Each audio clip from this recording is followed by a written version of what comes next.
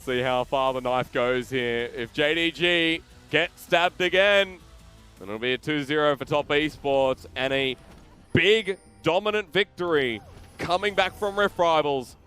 Our two teams continue in the series.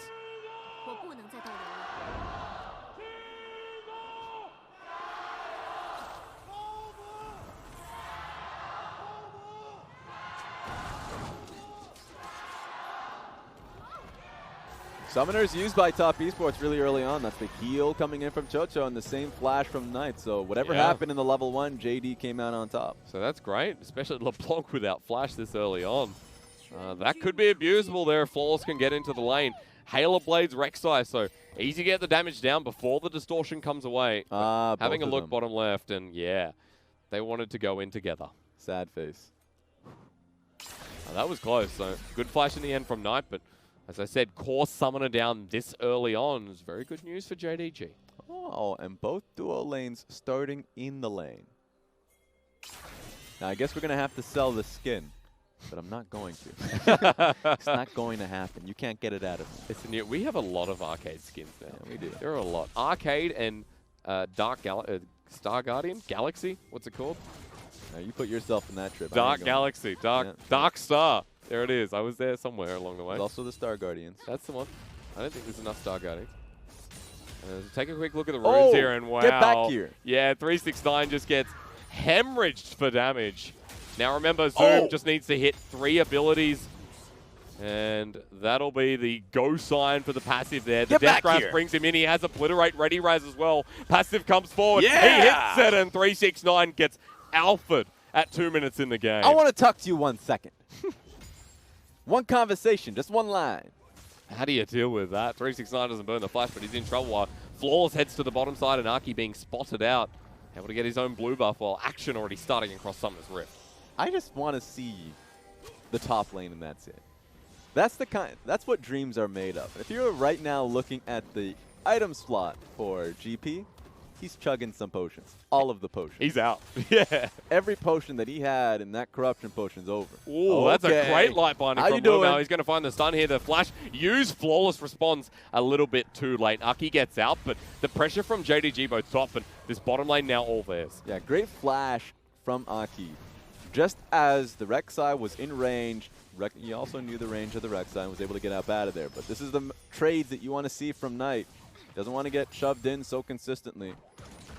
Good game to have the POV stream on him as well over on Doyu. If you're wondering what that little thing is there. But push back in the lane once again, has access to Yagao. Even going to spot Flawless out, who walks past the mid lane, tunnels all the way through to the top side scuttle, looking to deny Aki even further. And this is where you start to fear for GP. Yeah. Because this is the reason why he cut through mid lane. This is the lane he wants to be in for a dive. So 369 should know that and should watch out. I love how we were talking about the ult, but then this just happens. Pre-6, it's all Zoom. He's got half a level advantage in this lane, and he's still pushing. Well, that's the discussion, right? Like, it's always difficult to see how the matchups end up going, especially GP in a melee matchup. But you look at the Mordekaiser's Q damage and the range on that sphere around him, and certainly that doesn't look like a melee matchup. So good luck to GP. As you can see, Rek'Sai being topside for a reason. Sure, we'll tune into him constantly as Knight's still getting some of those good trades, but Elixir of Life seems to be taken on Yagao as he gets that burst of healing from the Corrupting Potion. Also, Biscuits taken in the lane, which is going to be a rough time. He's positioning really smartly. Whenever you have your jungler just the left of you, a lot of the times you're willing to play a little bit more loose. Yep. Like, you want to look for trades a little bit more, lean to the left side of the map. But he wasn't willing to do even that, so was a little bit suspicious and plays it out well. Also pushing up in this lane as well. Before I go back to Mordekaiser, because this game it feels like it's all I care about. In the bottom side, didn't mention that the lethal tempo has been taken by the Caitlyn now. Across multiple regions, no one's really picked up on the Caitlyn just yet, but here in the LPL, we've constantly seen this as the punishing lane, and Imp taking lethal tempo means this late game Caitlyn starts ramping up. I mean, I just love lethal tempo in general, just because of the low attack speed that Caitlyn has. Yeah. You won't be able to get too much out of the press the attack either. It's just not going to happen. The only real one you look towards would be fleet footwork, and even then, I mean, you're not getting too much value out of it, especially if you're in a lane that has power. And if you have the advantage within the lane, you want an offensive keystone in. So makes a lot of sense that lethal tempo would be your go-to. We talked about it before, how the bottom lane was going to be a pretty big deal here for JDG. Floors towards there, sets up Scuttle, deep vision towards blue side as well. So good early game here for JDG, one that looks a lot better than what we saw in game 1. Yeah, and Yagao's not concerned about losing a little bit of HE in here. He's just trying to go back to base. So you're right. I mean, early game has been a lot better from JD just because of the picks alone. They went to the back, had their discussion, and they're like, give us better champions in the early game. Suits the style, doesn't it? When we opened this series, Raz, we said a lot about JDG, how they were, they were a slower team, and they get towards the mid game, they look for these bigger skirmishes. They play some of these slower early games here in the LPL. Yeah, I'm interested in that. We'll have to see this. We'll talk about it after that. LvMao getting burnt down just a little bit here. QiuQiu and LokeN finding a window in this lane, and that's going to be another summoner down while Imp. He's hit the lethal tempo spike once again, and QiuQiu finds himself with a headshot on the way out. So Imp by himself can do quite a bit of damage. There we go. This is what you really want to see. There's a point about a slower paced JD. Please. I'm interested in that because for me, a lot of the times I look at JD and say, I don't know what I'm going to be getting today, right? It depends on how well Imp and LvMao is able to accomplish, whatever they're doing in the early games. A lot of times unassisted by jungle. Yep. A lot of times they just look for fights. In fact, a lot of the times I just see them getting a straight 2v2 kill, flashing on people underneath tower. They tend to ramp up the pace whenever they get those opportunities. And LvMao, if there's a slow pace in the game, as you saw last time around, man, he roams out and tries to look for action. So on that one, I would say I'm not too sure about. Okay. But I will say that they can play slowly.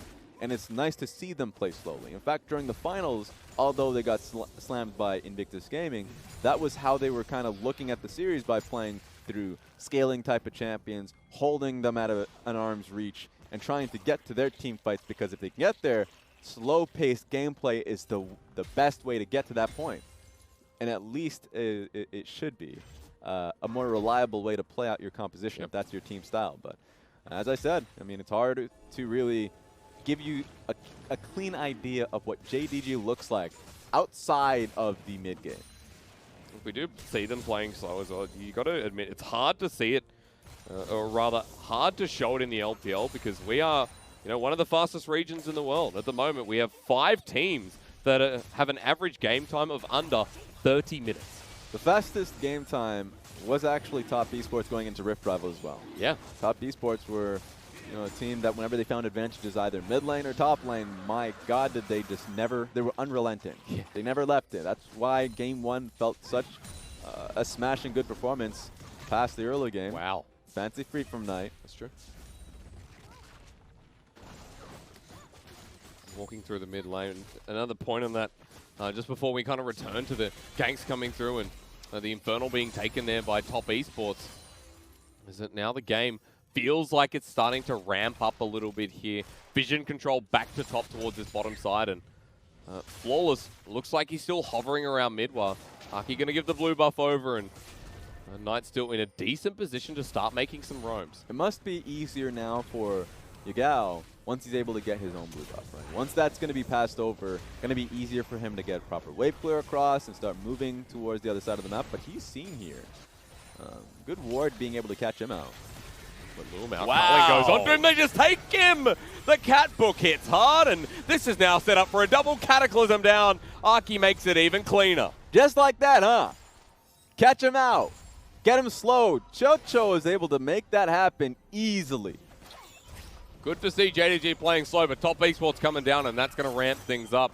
1K gold lead, first blood over to Lucian, and he was already ahead in this lane. That's going to be a cutlass on the way back for sure. Pure confidence. J4 knew he was the only one there and allowed them the ability to just go for it, right? The only thing he was even needed for was that ultimate kill on top of Imp. But past that point, he was like, I don't see any junglers. Just go ham. Remember that the final chapter, the first part of it, the very first wave, does extra damage. So that burst just came through and knocked LvMao wide open. Both summoners still available. That's how caught by surprise he was. And 2 kills going over to Top Esports.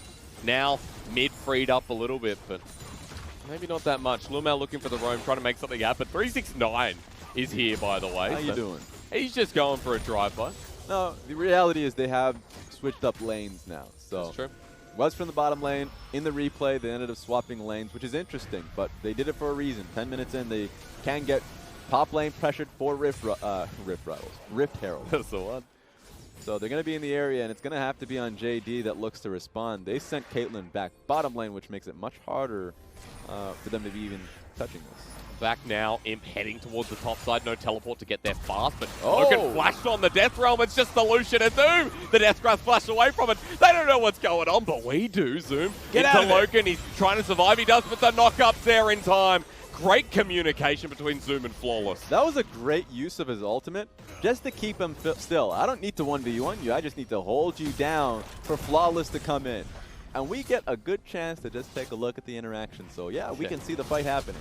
And Yuumi, of course, when you go into the Death Realm, Yuumi detaches from the Lucian. So no support for LokeN, a true 1v1. And the Blade of the Ruin King now, Lucian, loses the advantage. And JDG might even pick up a Rift Herald off the back. JD's collapsing on this one too, so they're going to be able to push top esports away from this. Cataclysm available. Wait Knight going in with Yuumi, jumps onto Flawless, flashes on in. They secure the Rift Herald, but Flawless has burnt the Summoner. Knight looks for the re-engage, but Aki's been caught out by Yagao. Spin to win with a couple of rocks in the sun, and Yagao unable to get Aki, but they burst him away, and Flawless survives. That's what matters with the Rift Herald in hand. Survives, was able to smite it, so there was no contest there. It was very difficult, you're right. I mean, Knight went straight for him. But good job on JDG to double down. They had the members there and knew that they could pick up the fight if it comes across. Also able to match the style of top esports here in the top side. And games just go right back to that pace once more, with LvMao and Imp sitting up here now. Knight in the side lane, and the lane matchups here, or rather the change up from top esports, is pretty interesting with Knight now backing away. All right, let's see what we can get out of this. The only concern I had for TOP in that instance was, I mean, they sent their dual lane up top. That's fine. But they just weren't committed. I didn't see Aki actually up top side as well, able to hold the hands of LokeN and Chocho, push in the lane, and then move towards Rift Herald. They had the numbers there. They could have done it, but just weren't on the same page.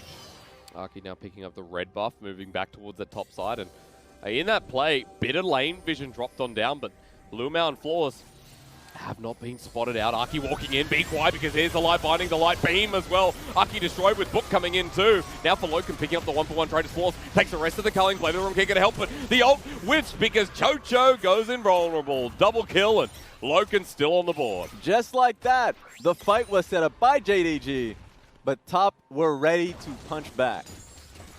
Knight was walking up there as well, so it was only going to get worse from here. Remember, it's 13 minutes in the game, and with that kill topside, Imp is forced to back away. Turret plating and 5 bits of it available now for the bottom side of top. And they should go wild on this one. I don't like the fact that they're basing. I mean, they're doing it just to get their backs off. Fair enough. And be there while the wave crashes top lane.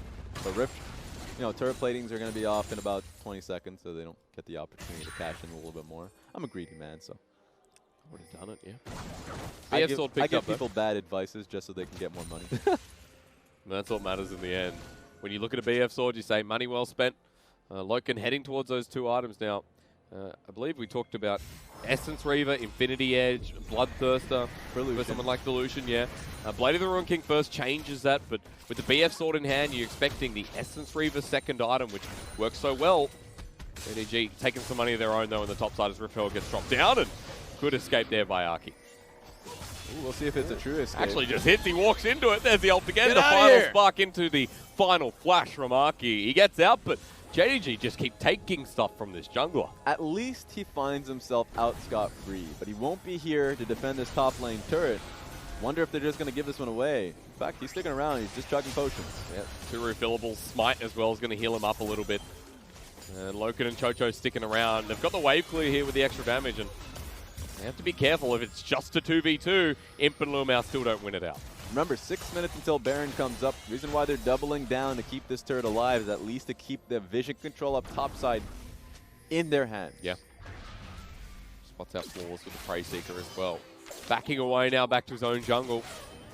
And it looks like we're just stuck in lanes while this turret's still up. Imp and LvMao can't push any further forward with Aki. Going to get spotted out here on a wall. I mean, they can just force a fight and maybe get a flash off Imp and LvMao with Cataclysm.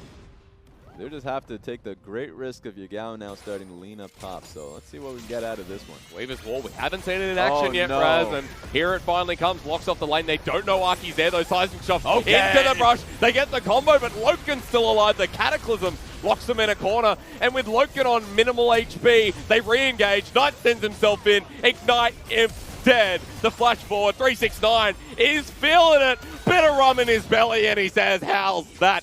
QiuQiu even picks up his own kill, and Top Esports are doing it again. High execution play. Just like that, doubling down and saying, we don't need to get over that wall. We'll pick up the fight. Cataclysm gets both off with the damage. So well done, specifically from LokeN, QiuQiu, and Aki to hold their own until Knight came over. And it was just losing one after another, so Zoom never teleported in as well. Stuck to the bot side. That's a combination between stuck and took to the bottom side. And he'll get the turret as a response, but mid goes down, and Top Esports in such a comfortable position That was yet again. Just take a look at this. I mean, they fully commit, understanding they can just get straight to the bush. Great, Trinket, recognizing that there was no wards there, so they can use the bush's invisibility to take the first strike. And it works out for them. Knight also just gets right on top of them, so this is just a play of legends. Ah, the flash for the barrel. There we go. Mata still got it. I want to point out that Aki got a two-man Dragon Flag, and that was just clean. That was fantastic, and I'm really impressed by this substitute jungler once again here in Game 2. 2 games in which I think he's been playing out of his mind. Yes. And so I know the discussion about, subbing in your junglers in and out has always been a hot point of topic. Changes the identity of your team maybe at times. Not for JD with the 3 junglers they had once upon a time. But for Top Esports, man, they have some great talent in the back. They really do. Being tested here by JDG, but coming out ahead. A Cloud Dragon, theirs. Reset for the next one. They found LvMao into the final chapter again. He can't use the final spark. They're knocked up, knocked back, and that'll be the return. But Knight survives. Aki as well, getting out of there. Zoom looking for the ult. The claw back in. He takes 369. Who oranges? He's out. Thank you, praise that I finally got to see the interaction as Cataclysm comes back in. Aki finds the engage. He lives! Oh my god, the 2 subs helping each other out. Knight comes in to clean up the kill on him. LokeN looking for flawless. You almost get the prowling projectile, but that's okay. Top Esports still got all they could want. Leave him alone. Let him run. Distortion, lockdown, flawless. You're going to spin. You're not going to win. Aki to the rescue. Just like that. TOP slam JD in fight after fight. That was once again another high execution play, specifically from Aki going out of the fight, back in with Cataclysm to hold him firm for LokeN to dash in with QiuQiu. So communication is not an issue with this team. No. They are on point with how they're playing these fights. Sure, we're going to get a replay in a second, but Knight just clawing his way through and everyone just surviving by the margin. Yeah, the MVP of that fight for me was simply Aki. Yeah. That was legitimately it. So I don't even need to see a replay off that one. Personally, I'm just going to say I would opt out. But, boy, you love to see that from players making that first step into the league. Yeah. And so we're going to be taking a pro view look. Yeah. Hell yeah. This is LeBlanc's viewpoint, though. But you get to see the ghost signal just from the jungler alone. In fact, he was farming it up. It's like, ah, you'll be right. Waiting for his cooldowns, I suppose. Just needs 3 more seconds on his W. Comes in, deletes it. Wow. Okay. Yeah. Imp hit him once with the Infinity Edge. And he was thinking he was going to get something out of it, but this is just the final. Well, he just wanted to cut through the jungle. Yeah. See, so that's a good viewpoint alongside with J4. Cuts through. He almost died here. So that's one of the points of focus is that he almost died through, but the EQ combination from the ping going down helps him out. I would have much rather, and I'm going to put in my dime and say that I would love to see Aki's point of view. Yeah. But the point of view stream is going for a Knight on that one, so I'd like to see the plays coming through, and at least he gets the viewpoint of J4. They're looking at Knight because he has a Bajais now as well. How did he get it? Well, after that fight, he got 8 stacks, and he's picked up 12. So I think, yeah, what did in we the miss? replay, we missed it. He picked up 4 more stacks, Raz. How did he do it? Ah, Caitlyn was alone. Okay. A cardinal sin. Never be There alone, we go. my friends. Always have kill. a friend. 4 or 2, doesn't matter. He's on 12 stacks now, so LeBlanc is in absolute nuke territory this game, and want to see that from Yagao, but right now our mid lane focus in our mid lane matchup, like game one, is once again going tonight. Yeah, Knight's just dominating, and I think a lot of it's happening because of competent jungle pressure coming in from Aki. 369's been handling himself well as well. Yep. This game has been fairly dominated by LokeN and QiuQiu. They've all been on the same page. And so here's another one. Wow, Flash. the flag and drag Flash into the final chapter of JDG, no doubt. Aki survives, and QiuQiu and him make such a good team. Give this man an MVP. Right now. Right? I don't even need to see the game end. And give him a starting position. Even if it's not on this team somewhere. This is the play that gives you an opportunity, whether starting position or in future, another LPL team. The showcase is here, and from QiuQiu as well. They're combining well. And Top Esports are going to pick up the Baron off of that sick play. The spotlight is on Aki. For how well he's been playing in the 2 games that we've seen. It's a real damn shame that this is the first time that we're getting a look at him. Yeah. Someone who's, been through the LDL. We have a lot of talent in the LDL, by the way. Yeah, you don't have to tell me that. Oh, okay. There's a lot of great players that. And remember, this is the championship split. Yep. This is how we get to see new teams come in. There may be franchising, but it's not as if we don't have a promotion in the league. But take a look at this. Get to see it again. Yeah. Always looks so good. We've seen so many players mess that up, and when you get it right, feels that good. So Aki setting it up, double kill over to LokeN in that play. He's 7-1-3 and well, so suffering from success I've seen on the internet. 7-1-3 with 3 items just about. The QSS optimized, but doesn't take away because he's 2 items over him. For me, it's always about the follow-up, and he always has, members around to follow up on the plays that, he looks to make. This time around, rotating around mid lane, if he looks for something right here, LokeN's in the area to come through. Aki's 2 levels ahead of Flawless as well. Hell yeah, he is. 2 versus 3. There's the GP. Oh, Cataclysm onto 3. Here comes LokeN with a follow-up. He goes Golden White. QiuQiu suffers from his own success. He subs out Aki at half health, but still survives. Right now, it's too easy for top. Hashtag Team Aki. Who's with me? Wow, LokeN just ran in and forced him out with a flash as well. That's not Aki. I don't care. Okay. I only care about Aki. Doesn't have Cataclysm, doesn't have Flash. You'll have a flag and drag though, Raz, so we'll wait for the next one. My first child is going to be named Aki. And what a beautiful son or daughter they will be. Yeah. Top Esports are cleaning this out. No need for Zoom to walk in because he might just die. And really, the story for JDG right now is, how can you find 5 fights in a row that bring you back in this game somehow? No, you don't. You won't find it because Knight's there with 16 stacks. This is one of those games you want to forget if you're JD. Yes. Because it's just outright domination in individual performance. Yeah. I'm not going to say too much. I feel like Yagao played the early portions of the game well. Yeah. But a lot of it came down to, confidence amongst Knight and LokeN to play how they're playing. Same with Aki as well, knowing that they're always playing near alongside. The vision control's always been on point too. If you just take a look at the minimap, control wards galore in the red side jungle. It's allowing Knight to do what he's doing right now. Means JDG can't be here. Zoom's under threat already, and red buff.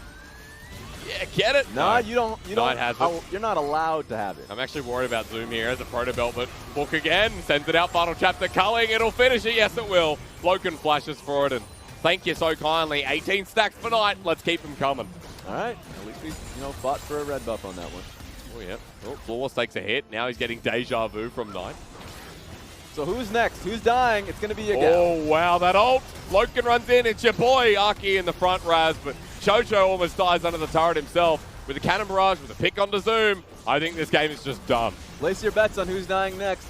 Flawless looks pretty juicy right now. I think there's one more fight in the flash there from Knight onto him. Aki follows up as well. There he is, Raz. Take a look, because Yagao doesn't get to look him in the eyes as he dies. LvMao takes a barrel. Knight runs forward, and this was a stomp against JDG. Top Esports return hard. An emphatic punch to the face. That was the most dominant